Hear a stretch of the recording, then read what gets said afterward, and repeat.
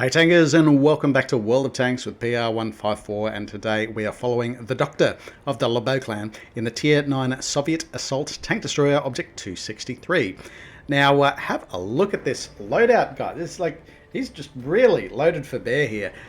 He's got the improved equipment, he's got the bond equipment, we've got a rotation directive, because you need that on this tank. It's a bit slow on the spinny spin. He's got the large repair kit, he's got the large med kit, and he's running food as well. Also noted the complete all gold loadout. Now, why go to such extremes? Well, the Doctor's got a job to do. Specifically, he is chasing mission at Tank Destroyer 8, a huge caliber, on the Obj.260 Personal Campaign. His primary objective here is to cause 5 times more damage than the hit points of his vehicle. So with base hit points of 1,790, he is chasing nearly 9,000 hit points of damage upon the enemy team. For honours, he will need to win and will need to survive. Survivability is something that this vehicle does reasonably well. The upper casemate, you get about 330mm of armour, which is enough to shrug off quite a lot of premium shells that you'll find at both Tier 9 and Tier 10, and it's probably just as well because he is up against 10s. The upper frontal plate is even tougher at 420mm. Lower frontal plate, not so much. Certainly enough to dominate most Tier 8s if you happen to be top tiered. You're only getting about 180mm of effective armor there, but I mean, in a poke fight you can still bounce incoming shots and do what you need to do from there. Side armor's not too bad at 80mm, very useful in side scraping. The only other weak point, if you can call it a weak point, is there's a bit of a gap where the gun mantlet is covering the penetration through which the gun comes through the casemate armor, but hasn't quite. But you're only relying on that mantlet armor of about 250mm, so that can be a bit of a weak point for those with the penetration and accuracy to actually exploit it. Also worth noting the deck, the engine deck at the front of the vehicle.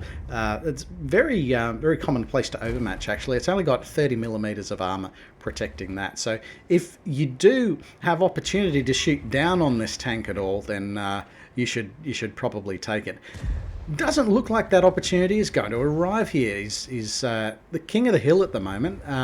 The enemy vehicles are all downhill of him, so no chance of seeing that pesky roof deck here. Quite a damage collection that the Doctor has racked up so far. Each shot that he's got from this 130mm main armament hitting for 550 hit points. Now, your normal penetration is not too bad, 270mm on the standard rounds, but this guy's not choosing the frugal and economic game. He's loaded the gold and he's got 300 penetration per shot, which is clearly enough to go through the face of the turret of the Type 5 Heavy. So quite a formidable weapon indeed. Certainly no issues with the upper frontal plate of the Type 5 Heavy either.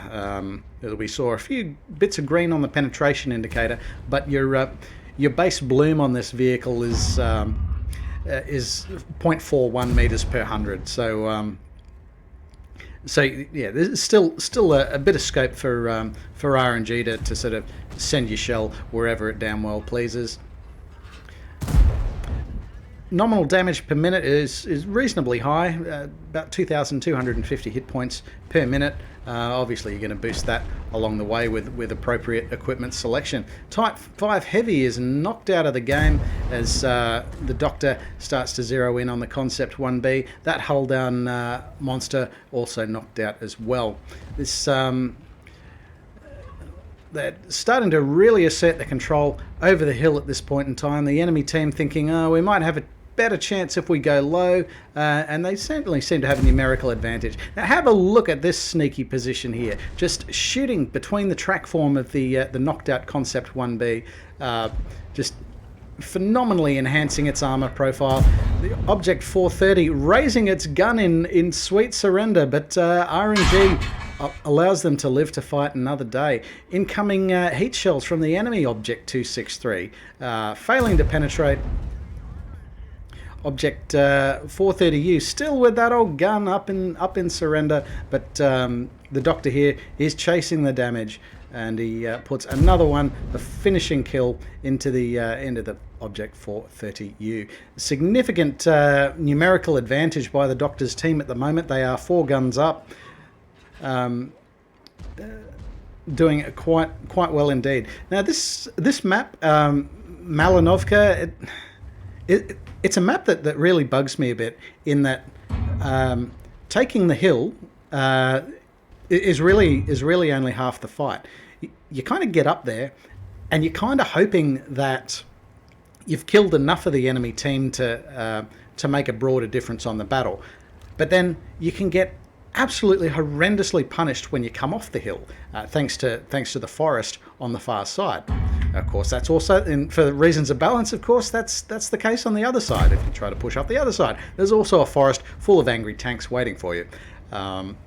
So yeah, one of the reasons I don't really like this map, I feel it punishes people unnecessarily for playing aggressively. But fortunately, there's other paths that you can play other than the hill.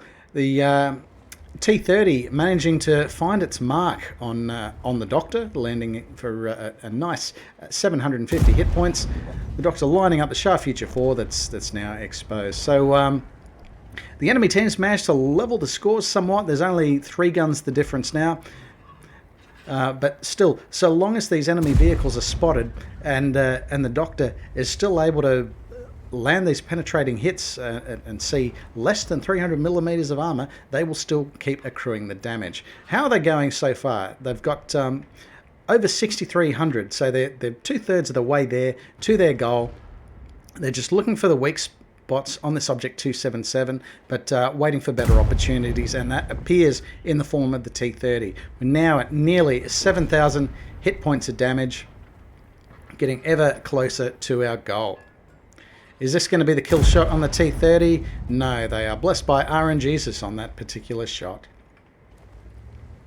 Again, 0.41 meters per 100 meters of base dispersion. You can't expect every shell to land with laser-guided precision. Object 277 making very good use of hard cover afforded by their fallen comrade. You can see the Doctor just looking for that finest possible chance, best possible chance of landing a penetrating hit. Object 277 having gone dark, it looks like it's taken a bit of a hit subsequently, however. Obviously the T-110E4 was waiting for the Doctor there. They've landed a penetrating hit on them as well. From this sort of position, very difficult to keep that lower frontal plate hidden, so certainly the likes of T-110E4 and T-30 wouldn't have any issues going through that lower frontal plate. Certainly not from this distance. So the Doctor's pulling back in order to try to reduce the obviousness of his... reduce the risk of being spotted when firing and that sort of thing. Once this Object 277 is taken out, however, that is going to be one of the more forward elements of the enemy team that might be dealt with. Remembering that one of our honors conditions here is to survive the battle. At this point in time, maybe collecting orders doesn't really matter. But I mean, that's something you might focus on with the other campaigns of Stug 4, T28 HTC, and T55A, so you can skip through some of the more difficult ones. But look, what's wrong with taking honours in an Object 260 if it's available to you? Still about 2,000 hit points short of our target.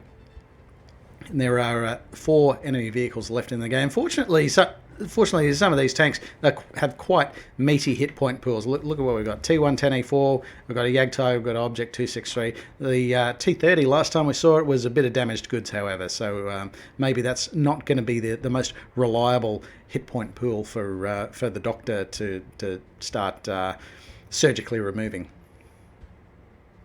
If you can call the Obj.263 a surgical instrument. I'd think it'd be more akin to something you get from Bunnings Warehouse, but that's how it goes. Obj.263, of course, being the last sub-tiered vehicle before you get to Obj.268 version 4, an absolute beast in its own right. But yeah, this thing is obviously not without its vulnerabilities. This engine deck, as we talked about, only 30 millimeters of armor on that, so potentially you're being overmatched by caliber. Any caliber exceeding 90 millimeters is going to overmatch that if it can shoot down on you. Being open topped also has certain disadvantages. Certainly when your friends in SPGs decided to shoot you from high places. A lot of that sort of goes away when you get to the Obj.268 version 4, but fortunately the Doctor is the skies are clear for them on this particular game. Now, interestingly, it would appear that the enemy team does have more of a reserve of hit points than the Doctor's team. And when you think about the sort of guns that are waiting for them downrange, there's pretty much everything except the T30 is one-shottable. And of course, the T30 you don't really want to be driving in as the first to fight. But you see what these guys are doing very cleverly. They've taken the hulk of one of the enemy's fallen vehicles. I can't tell which from this, but they're using it as a bit of environmental lower frontal plate. Oh no, it was one of theirs. It was one of their Obj.268s. And so that's providing a bit of cover for the Obj.772 to get in there, get within spotting range, and now the Doctor can start carving hit points off some of these enemy vehicles as they get spotted. So brilliant play there by the Obj.777 version 2. Nice meaty hit going into the T110E4. 214 hit points left on the T110E4. The Doctor possibly looking to rotate for greener pastures where he can get more damage per shot and edge a bit closer to this ultimate target of 8,950 hit points. There are 3 tank destroyers left. So still the T110E4, the T30 and a Jagdtiger. Jagdtiger still on full hit points, but not too much that the Doctor can do about that. Unfortunately, fluffing the shot against the T30, and it's Lily from HMNZ Clan in the Foch that knocks out the T30. We've now got the Jagdtiger and T110E4. Now the Doctor may just have to get past that T110E4. Knocking it out before they could bring their gun to bear. They might have been tracking the Foch on the way in, but if they'd missed it, then certainly the enemy Jagdtiger hadn't. So that Jagdtiger, last we checked, was still on full hit points. And what have we got left? 2 hits worth. We need to cause another 2 hits worth of damage in order to meet our honours condition. Let's see. Let's see if the Doctor can do it. He has to be super careful here. He is one-shottable to the Jagdtiger, and here we go. 8,730 hit points inflicted. He's looking for the reload.